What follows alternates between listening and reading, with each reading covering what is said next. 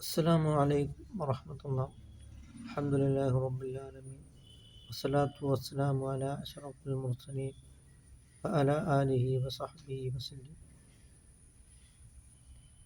ഒരുത്തൻ ബാങ്കിന് ശേഷം അല്ലാഹുമ്മ റബ്ബ ഹാദിഹി ദഅവത്തി താമ്മ എന്നിങ്ങനെയുള്ളതായ ഈ ദുആഇനെ നിർവഹിച്ചു കഴിഞ്ഞാൽ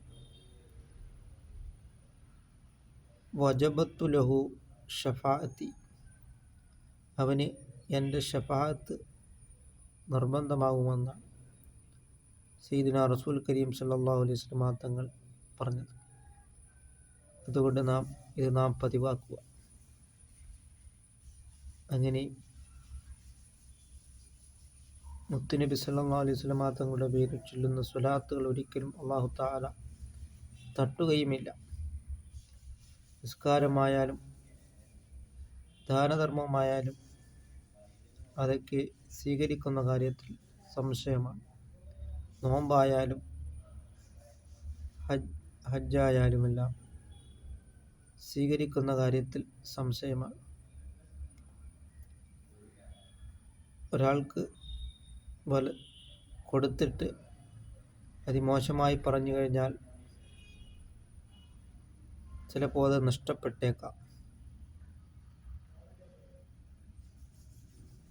കൊടുത്തിട്ട് വലത് കൈ കൊണ്ട് കൊടുക്കുന്നത് ഇടത് കൈ അറിയാതെ കൊടുക്കുന്നവർക്ക് അർശിൻ്റെ തണൽ ഉണ്ട് എന്നാണ് സയ്യിദുനാ റസൂൽ കരീം സല്ലല്ലാഹു അലൈഹി വസല്ലം തങ്ങൾ പറഞ്ഞത്. അങ്ങനെ അതേസമയം നോമ്പായാലും ഇങ്ങനെ തന്നെയാണ്. നാം നോമ്പ് പിടിച്ചിട്ട് മറ്റുള്ളവൻ്റെ ഗീബത്തും നമീമത്തും എല്ലാം പറഞ്ഞു കഴിഞ്ഞാൽ ചിലപ്പോൾ അത് നഷ്ടപ്പെട്ടേക്കാം. അതേസമയം തമാശയ്ക്ക് പോലും സല്ലല്ലാഹു അലാ മുഹമ്മദ് സല്ലല്ലാഹു അലൈഹി വസല്ലം സല്ലല്ലാഹു അലൈഹി വസല്ലം തങ്ങളുടെ പേരിൽ സ്വലാത്ത് ചൊല്ലിയാൽ അല്ലാഹു തആല അത് സ്വീകരിക്കപ്പെടുന്നതാണ്. അത് തട്ടുകയില്ല. ഓരോ ആത്മാർത്ഥതയ്ക്കനുസരിച്ചാണ് അല്ലാഹു തആല പ്രതിഫലം നൽകുന്നത്. ഏറ്റവും ആത്മാർത്ഥമായിട്ട് ചൊല്ലിയാൽ സ്വർണത്തിൻ്റെ കൂലിയും, അതിനുശേഷം എങ്കിൽ വെള്ളിയുടെ കൂലിയും, അതിനുശേഷമാണ് എങ്കിൽ വെങ്കലം എന്നിങ്ങനെ